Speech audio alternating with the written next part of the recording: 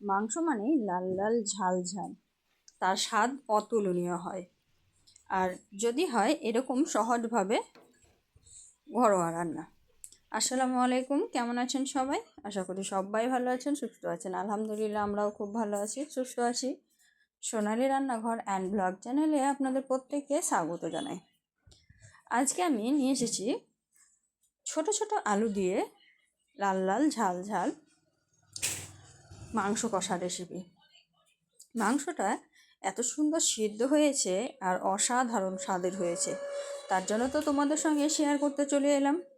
মাংস রান্না করতে সবাই পারে, কম বেশি সবাই পারে, কিন্তু আমি যেভাবে রান্না করি সেটাই কিন্তু তোমাদের সঙ্গে শেয়ার করলাম। যদি ইচ্ছা করে বানিয়ে দেখতে পারো, আর যদি ভালো লেগে থাকে লাইক শেয়ার কমেন্ট করে আমাকে উৎসাহিত করতে পারো। তো আজকের রেসিপিটা তৈরি করার জন্য কি কি লাগছে সেটাই আজকে ভিডিওতে দেখাবো। তো চলুন দেখে নেওয়া যাক আজকের মাংসর রেসিপিটা তৈরি করার জন্য প্রথমেই কিন্তু আমি গ্যাসে কড়াই বসিয়ে দিয়েছি। সব কিছু আয়োজন দেখাতে গেলে ভিডিওগুলো অনেক বড় হয়ে যায়, তখন কিন্তু ভিডিও দেখতে অতটা ভালো লাগে না। তাই ছোটোর মধ্যে কিভাবে ছাড়া যায় তার জন্য কিন্তু আমি একদম রান্না করেই দেখিয়ে দিয়েছি। মাংস রান্নার জন্য প্রথমেই কড়াই চাপিয়ে দিয়েছি। কড়াইয়ের মধ্যে দিয়ে দিব সর্ষের তেল। সর্ষের তেল দিয়ে রান্না সব থেকে সুস্বাদু হয়, তাই সর্ষের তেল দিয়ে রান্না করার চেষ্টা করবেন। আমি বেশ কিছুটা পরিমাণে সর্ষের তেল দিয়ে দিলাম। এখন আমি ছোট ছোট সাইজের আলুগুলোকে ধুয়ে কেটে পরিষ্কার করে রেখে দিয়েছি, সেইগুলো এই তেলের মধ্যে দিয়ে সুন্দর করে ভেজে নেব। তো দেখুন, আলুগুলো দিয়ে দিয়েছি ভাজা ভাজা হতে। এখন কিন্তু আমি অনবরত নাড়াচাড়া করে সুন্দর করে আলুগুলো ভেজে নেব। এইভাবে ভাজা করলে কিন্তু আলুটা আগে থেকেই অনেকটা সিদ্ধ হয়ে যায়, আর খেতেও কিন্তু দুর্দান্ত লাগে। তো দেখুন, আলুর সাইজগুলো কিন্তু খুব ছোট আছে। এরকম সাইজের আলু রান্না করতে খেতে খুব সুন্দর লাগে। কথা বলতে বলতে কিন্তু আলুগুলো আমার দেখুন অনেকটা সুন্দর কালার চলে এসেছে। এগুলো কিন্তু প্রায় ভাজা ভাজা হয়ে গেছে। আলুগুলো যেহেতু আমার সুন্দরভাবে কালার চলে এসেছে, ভাজা হয়ে গেছে, এখন কিন্তু আলুগুলো আমি তুলে নেব। আপনারা চাইলে কিন্তু এখানে লবণ হলুদ দিয়েও ভেজে নিতে পারেন, কিন্তু আমি এখানে লবণ হলুদ দিয়ে ভাজিনি, এমনি ডাইরেক্ট ভেজে নিয়েছি। খুব সহজ ও ঘরোয়া উপকরণ দিয়ে সুস্বাদু করে কিভাবে রান্নাটা করতে হয় সেটাই কিন্তু আপনাদের সঙ্গে শেয়ার করব। তাই এক্সট্রা কোনো মশলা ব্যবহার করব না, যেগুলো ঘরে থাকে সেগুলো দিয়েই রান্নাটা আজকে কমপ্লিট করব। আলু ভাজাটা কমপ্লিট হয়ে গেছে। এখন আলু ভাজাটাকে আমি একটা পাত্রের মধ্যে উঠিয়ে নেব। তো সবগুলো আলু কিন্তু আমি উঠিয়ে নিলাম। এই তেলের মধ্যে এখন আমি মশলাগুলো দিয়ে দিব। এর থেকে খুব বেশি তেল ব্যবহার করব না, অল্প তেলের মধ্যেই রান্নার চেষ্টা করব।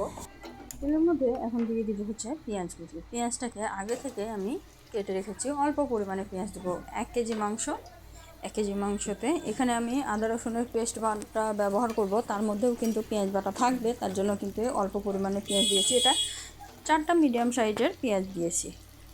পেঁয়াজটাকে একদম ঝিরিঝিরি করে কেটে নিয়েছি, এতে করে ভালোভাবে গলতে সুবিধা হয়, ভাজতে সুবিধা হয়। পেঁয়াজটাকে নাড়াচাড়া করে দিলাম। দেখুন, পেঁয়াজটা কিন্তু সুন্দর একটা কালার চলে এসেছে।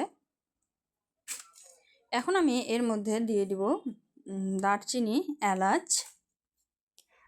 এলাচ দিয়ে দিলাম। এখন এর মধ্যে দেবো হচ্ছে জিরা, গোটা জিরা, তার সঙ্গে গোলমরিচও দিব, একটু ঝাল ঝাল ঝাঁঝ ঝাঁঝ ভালো লাগবে খেতে। এখন পেঁয়াজটাকে ভালোভাবে আমি নাড়াচাড়া করে কষিয়ে নেব। পেঁয়াজটা সুন্দরভাবে নাড়াচাড়া করে নিলাম।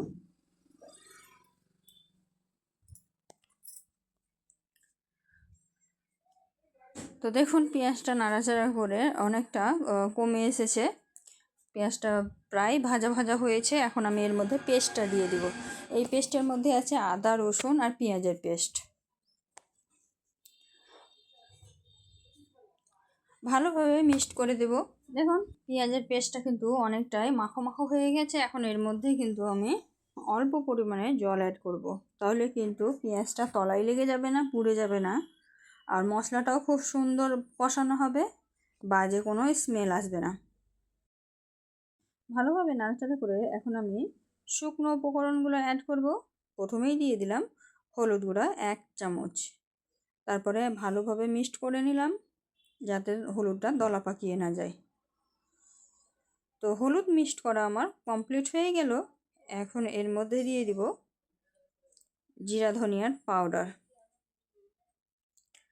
তো জিরা ধনিয়ার পাউডারটাও কিন্তু 1 চামচ পরিমাণেই দিয়েছি। আবারও ভালোভাবে মিক্সড করে নিলাম। এখন এর মধ্যে দিয়ে দিব স্বাদ মতো লবণ। তো স্বাদ মতো লবণ আমি দিয়ে দিলাম, দিয়ে ভালোভাবে মিক্সড করে নেব।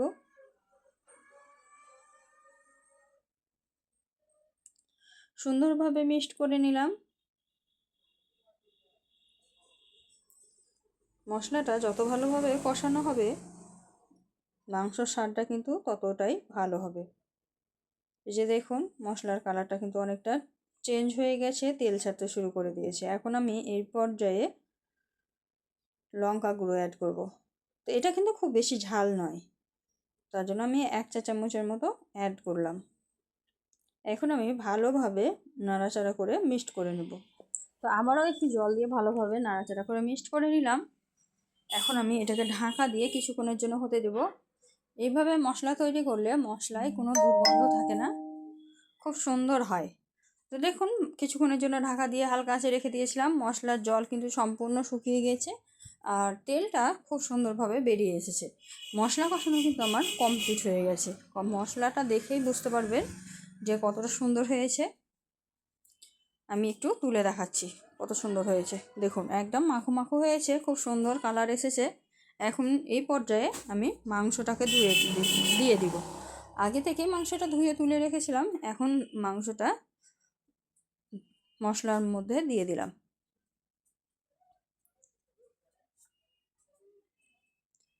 তো মাংসটা দিয়ে এখন আমি ভালোভাবে নাড়াচাড়া করে হালকা আঁচে ঢাকা দিয়ে দিব। দেখুন মাংস দেওয়া কমপ্লিট হয়ে গেছে। আঁচটা কিন্তু আমি কমিয়ে দিব ঢাকা দেওয়ার আগে। এই যে নাড়াচাড়া করে মিক্সড করে দিলাম। ঢাকা দিয়ে বেশ কিছুক্ষণ রেখে দিয়েছিলাম, তার মধ্যে দেখুন কতটা জল ছেড়েছে আর কত সুন্দর একটা কালার এসেছে। আমি আবারও নাড়াচাড়া করে এটাকে ঢাকা দিয়ে কষাবো যতক্ষণ না জলটা একদম শুকিয়ে যাচ্ছে, ততক্ষণ পর্যন্ত এটাকে কষাতে হবে। আর হালকা আঁচে ঢাকা দিয়ে কষাবো, তাহলে কিন্তু স্বাদটা অনেকটা বেড়ে যাবে।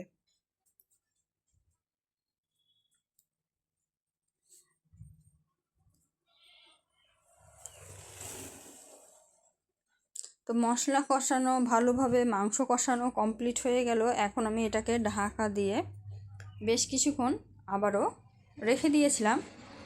তারপরে এখন আমি প্রেসার কুকারে ভরে দিয়েছিলাম। যেহেতু মশলা কষানো কমপ্লিট হয়ে গেছিলো তাই প্রেসার কুকারে ভরে দিয়ে আমি এটাকে সিদ্ধ করে নেব।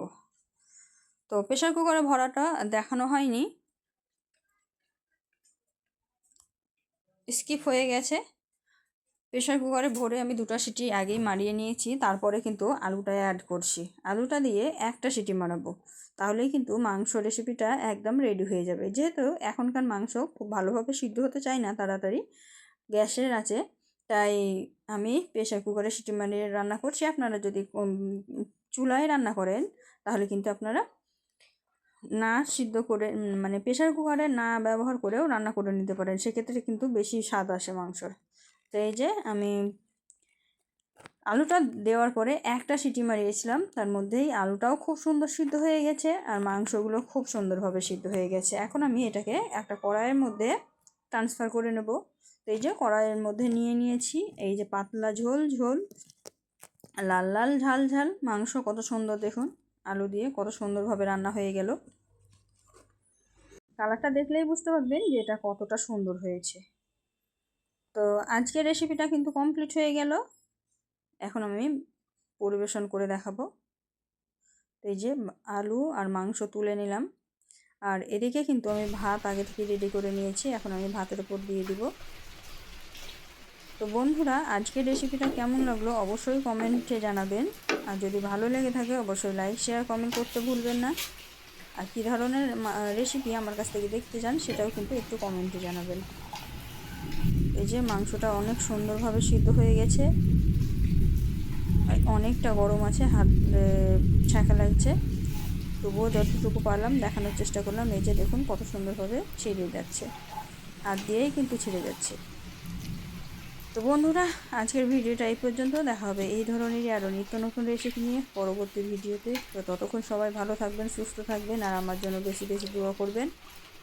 আর এইভাবে একবার হলেও তৈরি করবেন, যদি ভালো লেগে থাকে একটু সুন্দরভাবে কমেন্টে জানাবেন। খোদা হাফিজ।